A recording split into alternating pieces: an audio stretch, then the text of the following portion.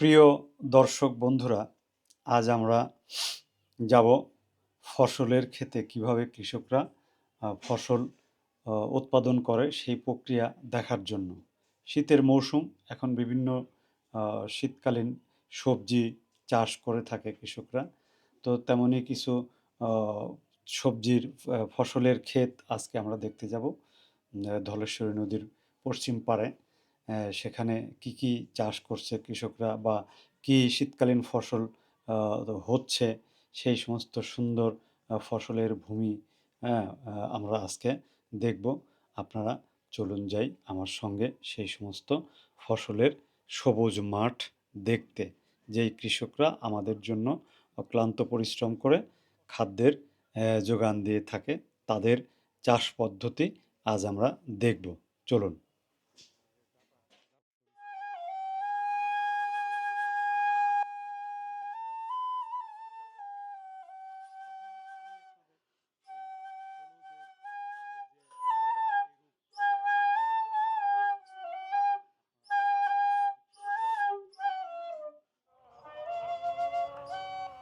লাল শাকের ক্ষেত চাষ করেছে। এই যে ছোট ছোট শাক দেখতে পাচ্ছেন, এগুলোই আর 15 দিন পর খাওয়ার যোগ্য হয়ে যাবে। এই যেগুলোর মধ্যে পেঁয়াজের চাষ হবে। এই ভূমি পেঁয়াজের দানা ফেলছে, এই যে অঙ্কুরোদ্গম হচ্ছে, এগুলো পেঁয়াজের চাষ করবে। এটা সরিষা। দর্শক বন্ধুরা, পেঁয়াজের রোপণ করা হচ্ছে। এটা দানা থেকে পেঁয়াজ না, এটা পেঁয়াজ থেকে পেঁয়াজ। এই যে এই পেঁয়াজগুলো এই যে আমাদের কৃষক ভাইরা রোপণ করছে, দেখতে পাচ্ছেন সুন্দর করে। একটা পেঁয়াজ থেকে কটা পেঁয়াজ হবে ভাই?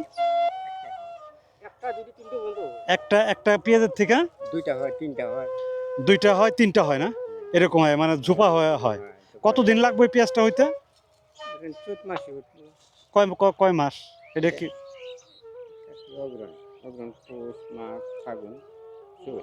3-4 মাস? তাহলে 3 মাস। 3 মাস মোটামুটি 3 মাসের মধ্যেই দর্শক বন্ধুরা এই যে পেঁয়াজ রোপণ করছে। দেখুন দেখুন কিভাবে এই 5 ইঞ্চি পরপর একটা করে পেঁয়াজ দিচ্ছে। এইখান থেকে একটা গোড়ার পেঁয়াজ থেকে 3 থেকে 4টা করে পেঁয়াজ হবে 3 মাস পরে, অর্থাৎ 90 থেকে 95 দিন পর এই একটা পেঁয়াজ থেকে 3টা করে পেঁয়াজ, এবং সেই পেঁয়াজের শাক হবে। এই যে কৃষক ভাইয়েরা এটা করছেন। আপনারা দেখতে পাচ্ছেন যে পেঁয়াজ, এই যে শাখা পেঁয়াজ যেটা আমরা বাজারে দেখি, যে গাছ সহ পেঁয়াজ, সেই পেঁয়াজ এরা রোপণ করছে। পেঁয়াজ থেকে পেঁয়াজ হবে। এই যে সুন্দর করে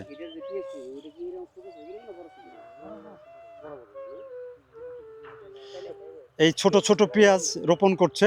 এই পেঁয়াজটাই 3টা বা 4টা পেঁয়াজ অনেক বড় বড় পেঁয়াজ হবে, 1টার থেকে 4টা বড় পেঁয়াজ হবে। আবার এটা একরকম পেঁয়াজ, এটাকে বলে মুড়ি কাটা পেঁয়াজ। মুড়ি কাটা পেঁয়াজ রোপণ করতেছে। আবার পেঁয়াজের ওই যে ওইরকম ওই যে ভূমির মধ্যে যেটা চারা গজানোর পরে বীজতলার থেকে চারা তৈরি করে সেই চারা যে খেতে লাগায়, সেটাকে বলে পেঁয়াজ খেতে।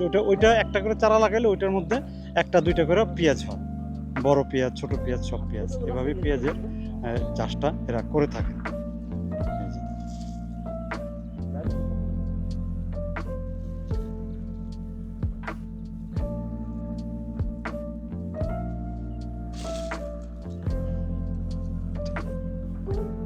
এটার নাম কি? পিলি দেওয়া না কি কয় কাকা? এটার নাঙ্গল, ছোট টানা নাঙ্গল হাতের।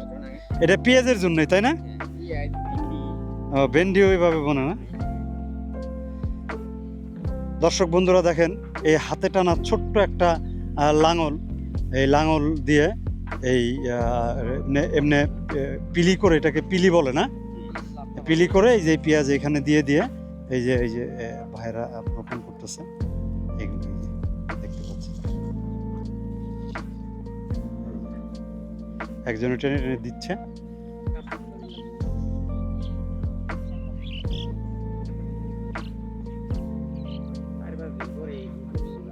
4-5 দিনের মধ্যেই হয়ে যাবে। খুব মাটি খুব আছে, সার তো আর লাগে না, না? ও, সার দিয়ে নিছেন না?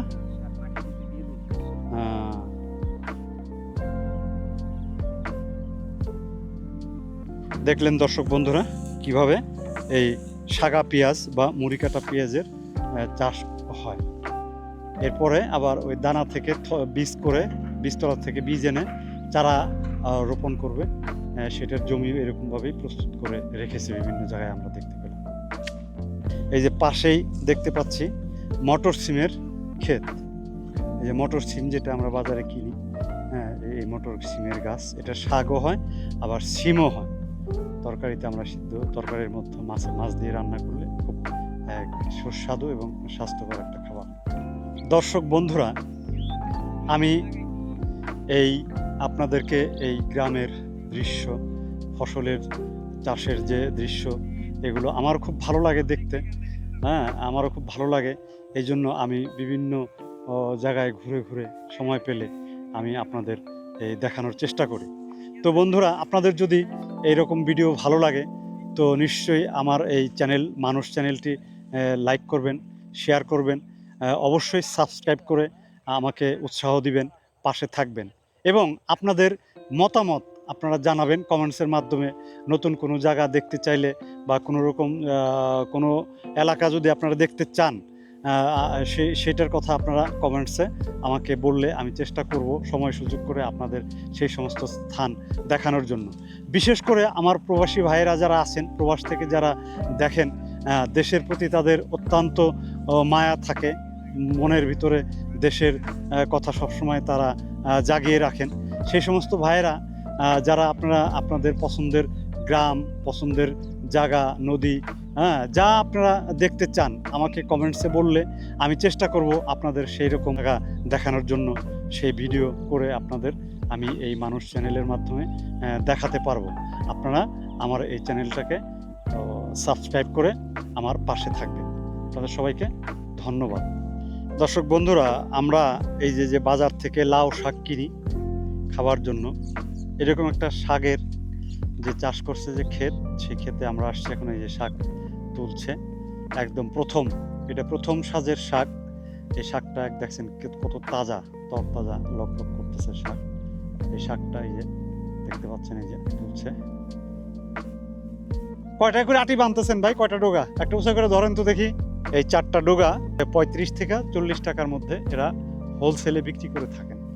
আর যারা হোলসেল থেকে কিনে নেয় তারা হয়তো 50 থেকে 60 টাকা বিক্রি করে বাজারে। 4টা করে ডোগা বিক্রি করে এভাবে টাটকা লাউ শাক। কতদিন বয়স হয়েছে এই শাকের? 40 থেকে 45 দিন সময় লাগছে না? এটা তো কোনো লাউ হবে না, না মানে এটা রাখলে লাউ হবে না? লাউ হইতে আরো সময় লাগবে, আরো 30 দিন, 1 মাস।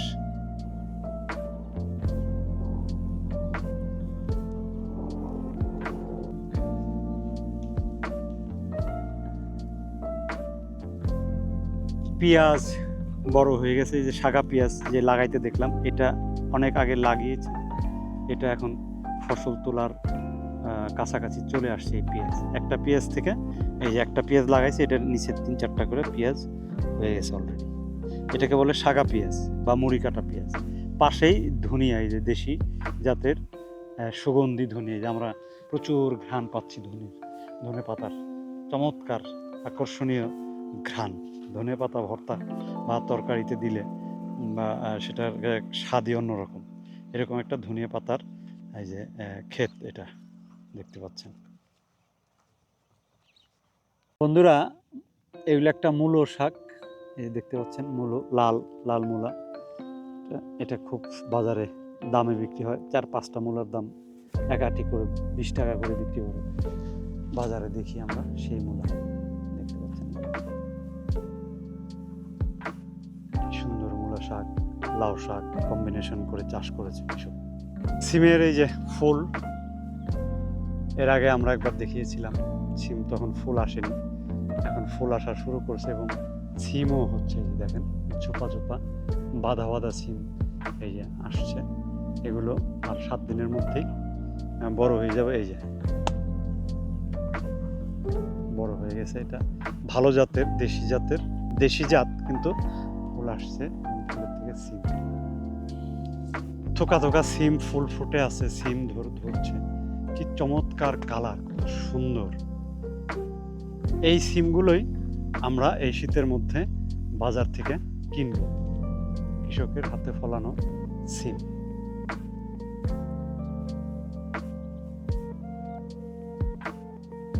দর্শক বন্ধুরা, আমি আপনাদেরকে কলাতিয়া ইউনিয়নের চর আকসাইল সবজির ক্ষেত থেকে এতক্ষণ দেখালাম বিভিন্ন প্রজাতির সবজি কীভাবে চাষ করে, তার কি বর্তমান কি অবস্থা, কত বড় হয়েছে, কতদিন লাগবে এগুলো বাজারজাত হতে।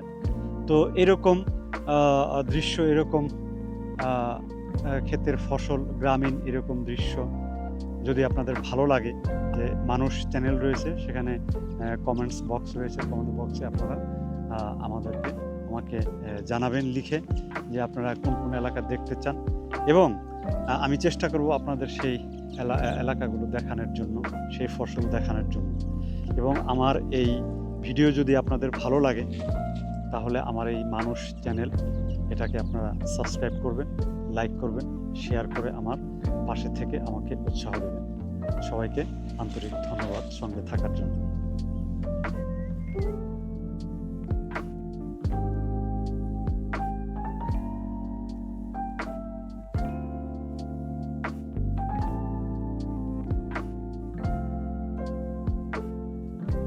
এই যে আমি খেতে, আপনার ক্ষেত না, এই যে আমার এই ভাইকে পেয়ে গেলাম, ওনার নিজেরই ক্ষেত। এই যে পাশে আগুন জ্বালিয়ে দিছে, জঞ্জাল। আচ্ছা, এগুলো কেন পোড়াচ্ছেন ভাই বলেন তো? মনে করেন এটা ওখানে জোয়ালে যে মর্দমা, হ্যাঁ, মানে এগুলো যদি না পুরিতে ক্ষেতটা আমার মানে কোনো ফসল হবে না। আচ্ছা, এগুলো যদি পুরা ফেলাইতে ক্ষেতেরও ভালো হইলো এবং আমার ফসলও ভালো হইলো, আচ্ছা, দুটো দিক দিয়ে আমার উপকার। আচ্ছা, মানে আমার পরিবর্তের খরচটা কম লাগে, আচ্ছা। এই কারণে আমার করা। তাহলে এটা পুড়লে এটা ক্ষেতের জন্য ভালো, মাটি অনেক উর্বরতা বাড়ে না? বাড়ে। আবার এই যে গতবার এটা করতে পারেন নাই না? গতবার করতে পারি নাই, এবার দেখেন না। ও, ফসলও চাষও করতে পারেন না? চাষও করতে পারি নাই। একটা বড় ক্ষেত, ভাইয়ের যে অনেক বড় জমি, উনি গত বছর ওই কচু ক্ষেত পর্যন্ত, এই যে ওই পর্যন্ত, তো এইবার উনি পরিশ্রম করে এগুলাকে কেটে জমা করে শুকিয়েছে। শুকানোর পরে ওই যে আগুন ধরাই দিছে, ওইগুলা পুরা পুড়লে এই ছাইও মাটির জন্য খুব উপকার হবে এবং খুব ফসলও খুব ভালো হবে না ভাই? আচ্ছা, ইনশাআল্লাহ। ওকে, থ্যাংক ইউ।